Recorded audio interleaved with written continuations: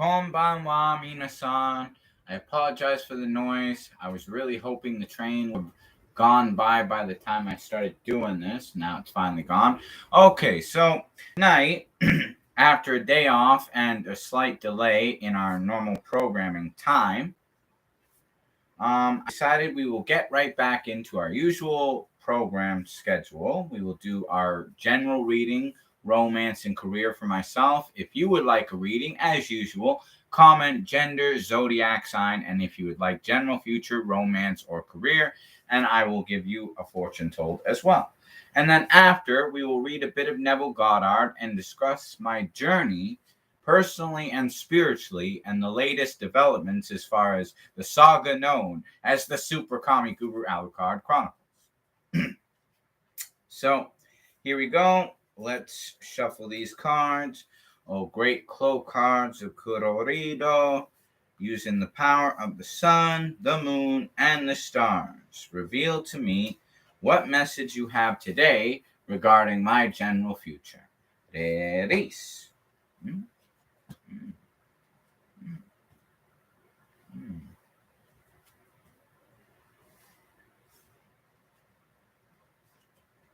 Ah, very interesting. All right, so first up, we have the Thunder card, followed by the Shock card, the Time card, Sakura's card, and the Float card.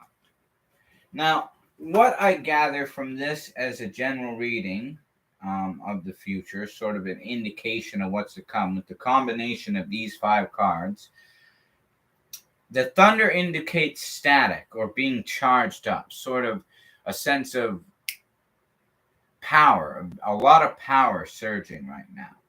Combined with the shot, it's saying that taking a shot with certain opportunities is going to lead me in the right direction. Everything is going to require an interval of time, which is why the time card is here. Everything will happen at the right time. The Sakura card is indicating keep playing the hero of my own story and follow my own intuition. That will lead me in the right path with everything. And the Float card is indicating that I'm rising above certain things. Almost like if you go down, you've got to bounce back up. And that's what it's indicating, is that I will rise above a lot of the current circumstances. So that's very good. Now we will examine another 5 cards. What other messages do you have for me, oh great Clow cards of Kuroriro, using the power of the sun, the moon, and the stars? Reveal to me what other message you have regarding the general future. Reris. These are all very good. Okay. So the general future indicates the love card first. That's a good sign, especially with Hitomi-chan. Always positive to know that in the future that's working. The fiery card was drawn next, which indicates a lot of hot passion, heat, intensity. The wave is indicating go with the flow, especially if you don't know what the next step to take is. The illusion indicates ignore the current reality and don't focus on like the obstacles or the difficulties as much. And the lock is basically a sign of fixating on something and locking it down, cementing the idea and keeping it still and sealed exactly where it should be, which is like an idea or a manifestation, the astral projection of the image in your mind. So that's what the lock is indicating. So these are all very good cards of a good sign of the future to come. So very promising. Now we will get into the actual romance section, which I'm like, if I drew the love card, hopefully that means a good sign as far as my romantic fortune. All right. Oh, great Kuro cards of Kurorido, using the power of the sun, the moon, and the stars, reveal to me what message you have regarding the future of my romantic situation, particularly with Hitomi-chan. Release. Mm. Mm. Very interesting. All right. Clear my throat. So first we have the erase card, followed by the big card, the arrow, the storm, and the voice. So the erase. I gotta get some water, people. My throat's really dry. All right. So the erase card indicates, especially with maybe a lot of the difficulties I've been going through lately, it kind of seems like a symbol of letting go and forgetting that, sort of erasing those aspects of my journey. The big card is actually a really good sign that this is the big romance, like the great romance of all romances. The arrow indicates, like Cupid's arrow, like keeping my energy focused and consistent, and that shall be like Cupid's arrow directed at the one I love's heart.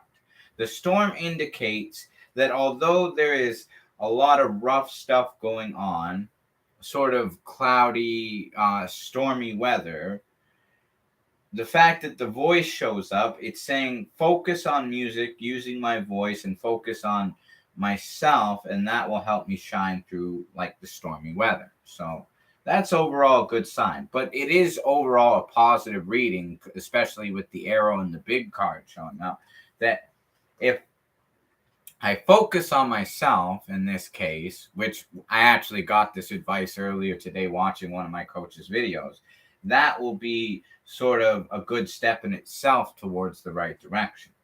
Now we will do career, which I would love to get some information regarding that. Just especially with the latest developments, me planning to make a new album and whatnot, working with a few of the old producers I used to work with when I made my debut album, Tone Jones and Daybreak.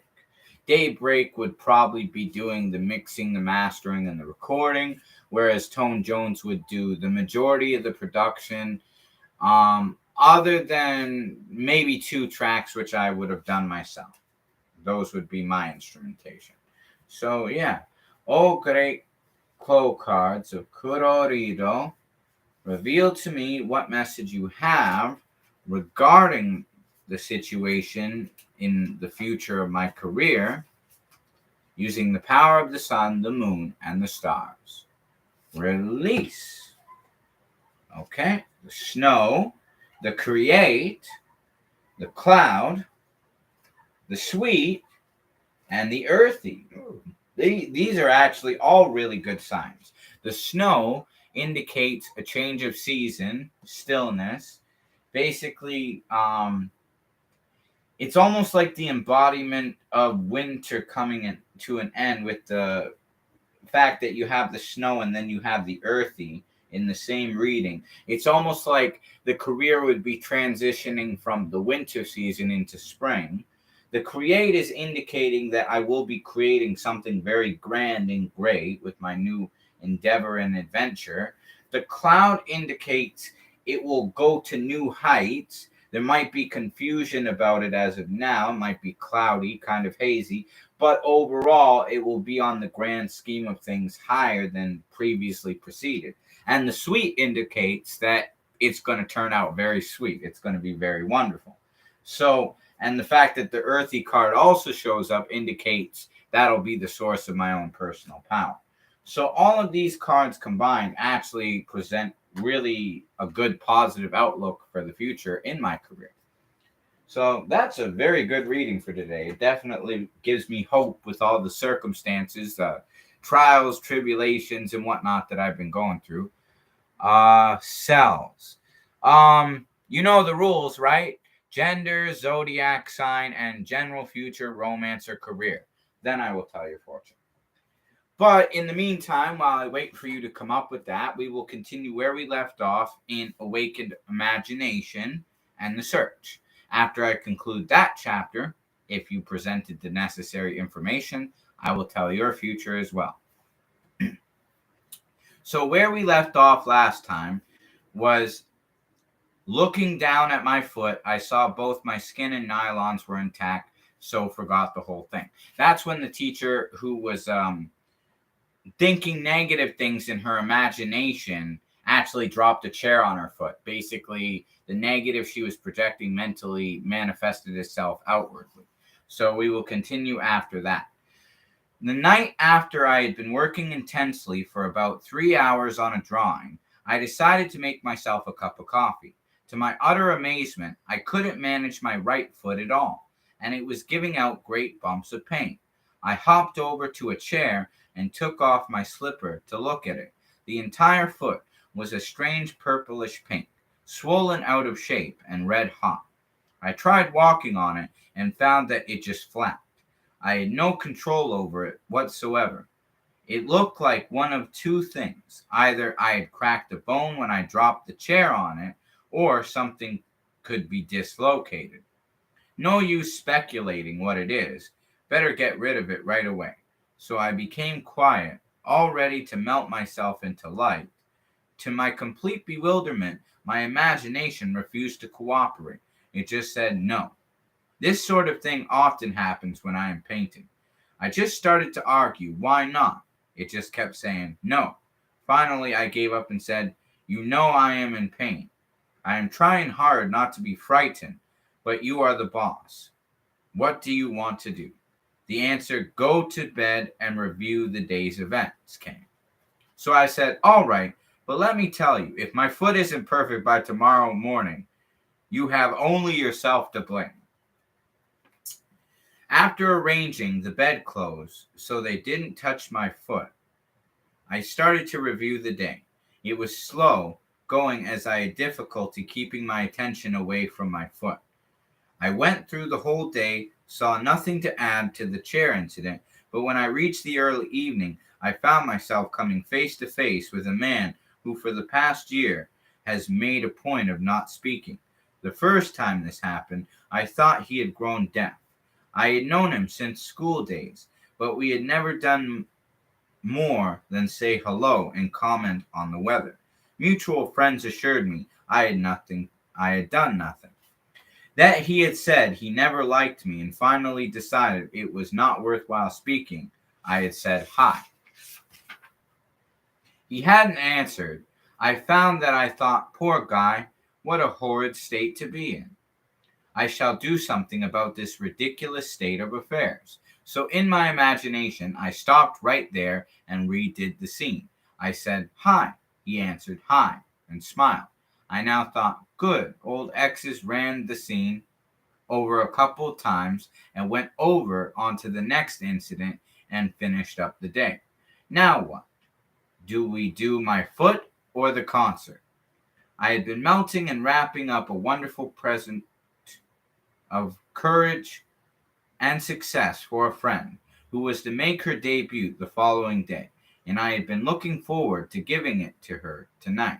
My imagination sounded a little bit solemn as it said, let us do the concert. It will be more fun. But first, couldn't we just take my perfectly good imagination foot out of this physical one before we start? I pleaded, by all means. Legends say you are a Japanese rapper. I'm Canadian, but I do rap in Japanese. I've actually got songs in Japanese as well. Thank you. I will continue this and I will get to your reading, so don't worry. That done, I had a lovely time at the concert and my friend got a tremendous ovation. By now, I was very, very sleepy and fell asleep doing my project. The next morning, as I was putting on my slipper, I suddenly had a quick memory picture of withdrawing a discolored and swollen foot from the same slipper. I took my foot out and looked at it. It was perfectly normal in every respect. There was a tiny pink spot on the instep where I remembered I had hit it with the chair. What a vivid dream that was, I thought and dressed. While waiting for my coffee, I wandered over to my drafting table and saw that all my brushes were lying helter-skelter and unwashed. Whatever possessed you to leave your brushes like that? Don't you remember? It was because of your foot. So it hadn't been a dream, after all, but a beautiful healing. She had won by the art of revision what she never would have won by force. In heaven, the only art of living is forgetting and forgiving, especially to the female. So, yeah, a page and a paragraph left. We should take our life not as it appears to be, but from the vision of this artist, from the vision of the world made perfect, that is buried under all minds, buried and waiting for us to revise the day. We are led to believe a lie when we see with, not through the eye. A revision of the day, and what she held to be so stubbornly real was no longer so to her, and like a dream had quietly faded away. You can revise the day to please yourself, and by experiencing in imagination the revised speech and actions not only modify the trend of your life story, but turn all of its discords into harmonies. The one who discovers the secret of revision cannot do otherwise than let himself be guided by love. Your effectiveness will increase with practice. Revision is the way by which right can find its appropriate might. Resist not evil, for all passionate conflicts result in an interchange of characteristics. To him that knoweth to do good, and doeth it not, to him it is sin. To know the truth, you must live the truth, and to live the truth, your inner actions must match the actions of your fulfilled desire. Expectancy and desire must become one. Your outer world is only actualized inner movement. Through ignorance of the law of revision, those who take to warfare are perpetually defeated. Only concepts that idealize depict the truth. Your ideal of man is his truest self. It is because I firmly believe that whatever is most profoundly imaginative is, in reality, most directly practical, that I ask you to live imaginatively and to think into and to personally appropriate the transcendent saying, Christ in you, the hope of glory. Don't blame, only resolve. It is not man and the earth at their loveliest, but you practicing the art of revision makes paradise. The evidence of this truth can lie only in your own experience of it. Try revising the day. It is to the pruning shears of revision that we owe our prime fruit. Not a teacher, just sharing Neville Goddard's knowledge because it's life-changing. Now, for the reading, before we get into the discussion aspect of the show. Okay, male Cancer. Okay, great Clow cards. Okurorido. Reveal to me the message of romance for the male Cancer cells in the chat. Give him the message he seeks using the universal consciousness of infinite intelligence combined with the power of the sun, the moon, and the stars. Release. The sword, the return, the change, the freeze, and the dream. So since this is about romance, the return card indicates that you should go back to something to do with your past. That will be an indication of something to do with your romantic love life. The fact that the return card comes up, it's a reflection of looking back on things. The sword indicates that if it's a love you seek, if it's somebody you already know, then you may step up and sort of have to, show you're serious, fight for them in a sense. The change indicates that you will become a new person throughout the process of this new romance, whether it's happened or hasn't happened yet. The freeze indicates that you may know somebody that you have feelings for, but you're kind of frozen to take action, which is why you should look back on your past and also actually take the step up and go for it. Now, the dream indicates that this person could be the person of your dreams. It also indicates that you may get a guided symbolism from the universe in your dreams. Take it as an omen, a sign of what's to come, foreshadowing. Now, You asked also, am I a mystic? Well, I'm not Neville Goddard, but I like to think of myself as one. Yes, because we live in a mystic world, to quote Hitomi's wonderful song. So hopefully that answers your question and gives you clarity regarding your own romantic situation. As for can I freestyle? That's not a part of the concept. If you want to hear a recorded freestyle, I recommend you check out the therapy freestyle recorded for the album Mahjong Titan. That was a very good freestyle I recorded. I don't often freestyle anymore. I prefer to write my lyrics, but it's not that I can't. I just choose not to. That's not the concept of this show. Now that I think I've answered all of your questions, we will get into the discussion portion of the show. Now, with the show, we always like to discuss all the latest developments that are going on with me, both spiritually and personally. This ties into the question the person asked about me being a mystic. Now, I have studied a lot of different personal development teachers regarding the law of attraction and manifesting, but I can honestly vouch that Neville Goddard is probably the best of them, because as the great American mystic, that's what the book says at the top, he actually taught me so many things. And what I like about him and I respect about him is he didn't charge me money. He did this from beyond the grave, technically, by listening to his YouTube videos. I wouldn't say he's gone, because as Neville Goddard would say, if you look him up, our imagination is God, and God dwells within all of us. We all have God within us. Not one person is God. There's no exterior God on the outer world. We are all God. We all have God within us. God became man so that man could rise themselves up to the level of being God. That's why God dwells within all of us. And God is actually our own wonderful human imagination.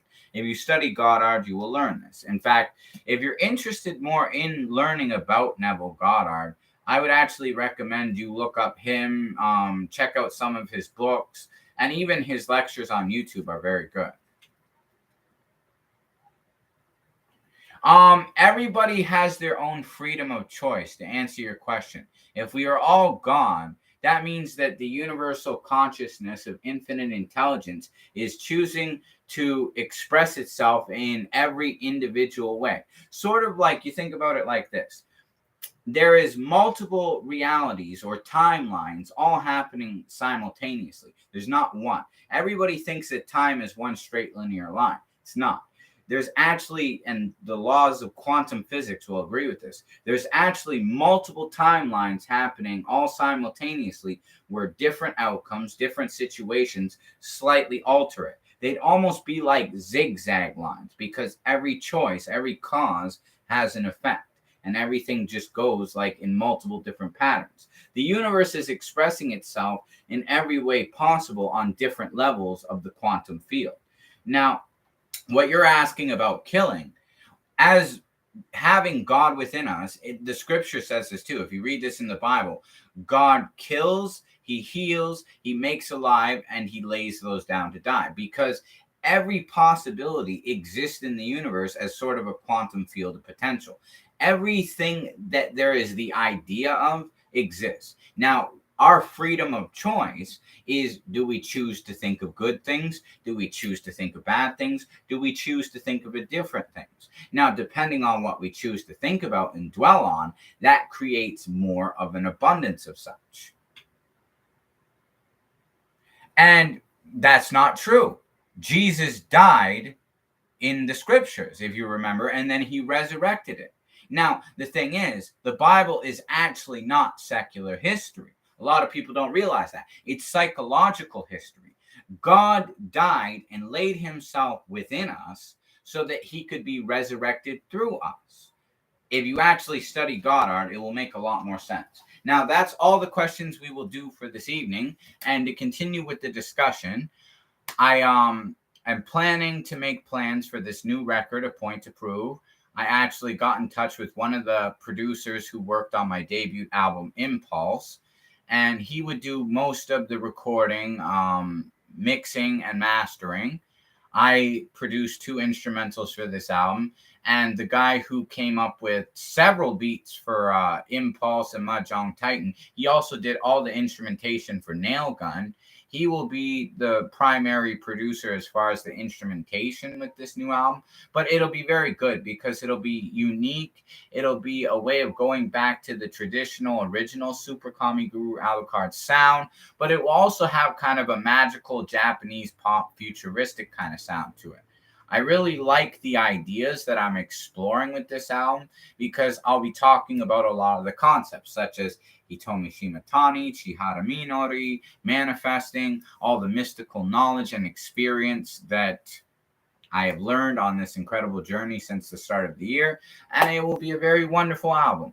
Now, as far as developments with Hitomi, wonderfully enough, she sent me a very awesome positive message of encouragement, Yon Pon, which basically it's like she's cheering me on, like go for it. And it's very exciting, especially because I love her. It's just wonderful that she's encouraged me to keep going on. And especially because it was in response to a song I made for her called Boku mo aishiteru yo, which means I love you too in Japanese to translate. Now, another thing, too, that's very great about this is I'm actually getting an autographed copy of one of her first big singles when she was back in the day starting out. She did a song which translates to The Maiden with the Waxen Hair, and I will have an autographed vinyl of that very soon. So I'm very excited about that. In fact, one of my Japanese friends who was trying to help me get it, which we no longer need her to help me get it, basically agreed too that she didn't want to take the money because they're very honorable and noble in Japan. It's beautiful and wonderful. She basically said, I don't want to take your money because we're very good friends. I don't want you to think like, oh, I just keep it. I mean, I offered it to her. I even said, you could just keep it and use it for a birthday gift. Don't worry about it. You're still my friend. But she was like, no, I'd feel bad. So I said, well, then use it for souvenirs of Hitomi's things. Like, get me a Hitomi Shimatani t-shirt or a calendar or something and send that to me. If you really don't want to keep the money for yourself, then do that. Because that seemed like the best way to settle the issue. This guy's really going off right now saying God can't die, God can't die. God isn't human. God is above all things and wants. I have to laugh at this guy because I'm like, if you really understood that the Bible is not secular history, then you would understand, like, you're taking the Bible too literally. It's psychological and symbolism. It's not literal history. If you took all the pieces that are supposedly holy bits of wood that they used to nail Jesus to the cross, do you know you could build a massive house with it? You look at all the pieces of wood that they have in Europe and all around the world. Oh, it's part of the holy cross that Jesus carried on his shoulders to Golgotha. Do you know you took all those pieces of wood, you could build a huge house? How the hell was any man, even Jesus, able to carry a cross that big? How could they have nailed him to a cross that big? How is it that all the pictures depict a cross that was about Jesus' size? That would not make sense because it's not literal history. It's not secular history. It's psychological and symbolic history. God was crucified and died within us to resurrect through us when we fulfill our desires. That is the great secret of it all. It's decoded. It's psychological and symbolic history. Now, also, there's many things that say that, oh, there's pieces of the holy cloth. If you took every piece that is supposedly a part of the holy cloth that Christ wore, you could actually clothe an army with it. Do you care to explain that? That's because it's not literal history. It's psychological and symbolic history. To answer your question, maybe I am, maybe I'm not. Maybe in my imagination, I'm already there. Maybe in my imagination, I'm just projecting myself as an astral projection of my image here to the room that I set up my show in. How would you know? You don't know. So you could assume whatever you like. The point is, if you really want to know, look up this stuff for yourself. Don't sit here and argue in the comments with that. It's childish and immature. I'm trying to share this for anybody who wants to hear this knowledge. Now, I have studied what Goddard said and found it to be true. Now, when I first started listening to him, I admit, I thought the guy was kind of crazy. I thought, wow, he's insane. He's nuts. He's as mad as the Hatter. What do you mean? Everything is created out of your imagination. I admit it. But do you know what? I thought, he said, try it. Cost you no money. He would give me examples of what to do. So I would try it. Didn't cost me any money. So I thought, why not try it? And sure enough, everything I tried and tested of Goddard's proved itself to be true.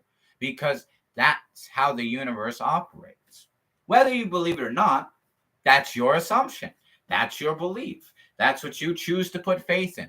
We all have that ability. Now, if you know that, why wouldn't you choose to believe and have faith that all your desires could be accepted by finding the God within yourself?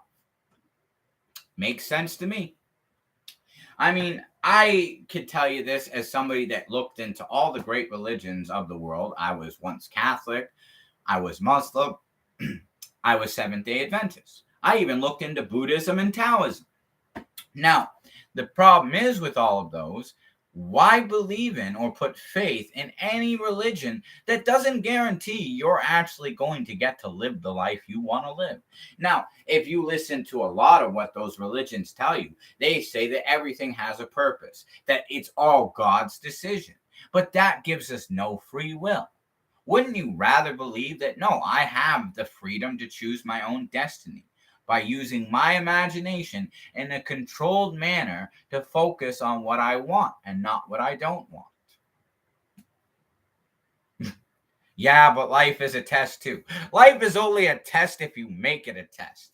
Now, there is some truth to that because all the events of the day will happen. But do you know what the real test is? The test is how you react to them. Do you choose to believe that, no, everything's working out in my favor, everything's wonderful, it's all leading up to the fulfillment of all my goals, dreams, desires achieved? Or do you sit there and beat yourself down and believe, no, it's my fate that things aren't exactly as I want them to be? No, you assume that they are the way you want to be and you persist in it.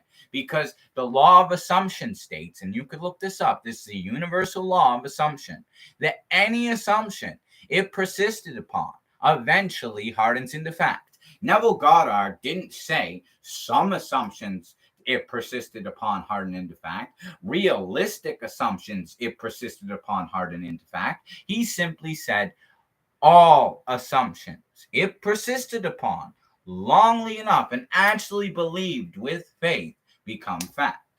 Haven't you ever noticed that what is true for someone is not true for another? That's because of what they're choosing to put faith in. You could either put faith into good things or you could choose to put faith into bad things. It's that simple.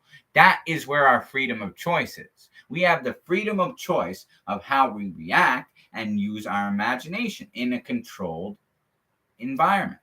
Now, if we choose to dwell on negative and unlovely things, well, then we're going to draw more of that towards us. If we choose to dwell on having the best, that everything is wonderful, then you're going to draw more of what you want towards you. That is the law of attraction, the law of vibration at its root.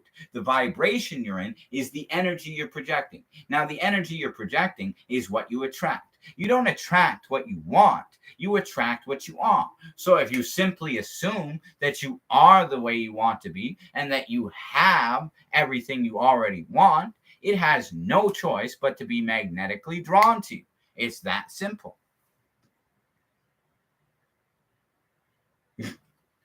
The thing is, you actually could. But you wouldn't believe that, would you? I'll ask you that question. To bring up your point, let me ask you this. If you believed you were a dragon, some people would say you're crazy, right? Do you actually believe you could become a dragon? You answered your own question. You don't believe you could become a dragon. How do you know you couldn't? Because you believe you couldn't. Now, if you believed you could be, you could be. You might be a dragon in your imagination. You might turn yourself into a dragon by the most appropriate and convenient form available. Meaning, that doesn't mean you will physically grow scales and wings and breathe fire. But hey, It might draw you to things that have to do with dragons. If you focus on being a dragon, it will draw you to things that are similar in the most appropriate and convenient form of being a dragon. Now, that is a universal law as well, the law of perpetual transmutation. Any idea, feared or revered, that is held in the mind, that is frequently revisited and emphasized, forms into reality through the most appropriate and convenient form available. It is a universal law. It is undisputable, meaning that if you believed you were a dragon, you would find a way to naturally become a dragon in the most efficient way possible. Now, it doesn't mean that you would grow scales and grow wings or breathe fire, but you could build yourself something that was like a dragon, a flying device that while you were operating it would give you all the capabilities of what a dragon would have. So there you go. The universe has its own natural balance and order, but it can form anything in the most appropriate and convenient form available. How do you think they got to the moon? How do you think they invented to fly? They did it through the most appropriate and convenient form available. Do you know everybody said the Wright brothers were crazy? They said, oh, yeah, you'll go to hell for trying to fly. If man was meant to fly, we'd have wings. They didn't acknowledge that. They ignored it. They thought, no, we're flying. Who cares what these people saying? We're flying. And they flew. They thought it would take 50 to 60 years to get to the moon. Do you know what John F. Kennedy said? We'll do it in 10 or less. And he believed it. Sure enough, 8 years later, they got to the moon. Because he asked the chief physicist in his department, what would it take? Do you know what the chief physicist said? And Kennedy believed this. The will to do it. So sure enough, they got to the moon. Everybody thought that was impossible. So the universe works it out in the most appropriate and convenient form available. Now, if you'd like more, I definitely advise you research some of this yourself. But that is where we will conclude our broadcast tonight. Hope everybody had a wonderful time. Oyasumi nasai, arigato gozaimasu, minasan. Super Kami Guru Alucard, peace out. Johnny.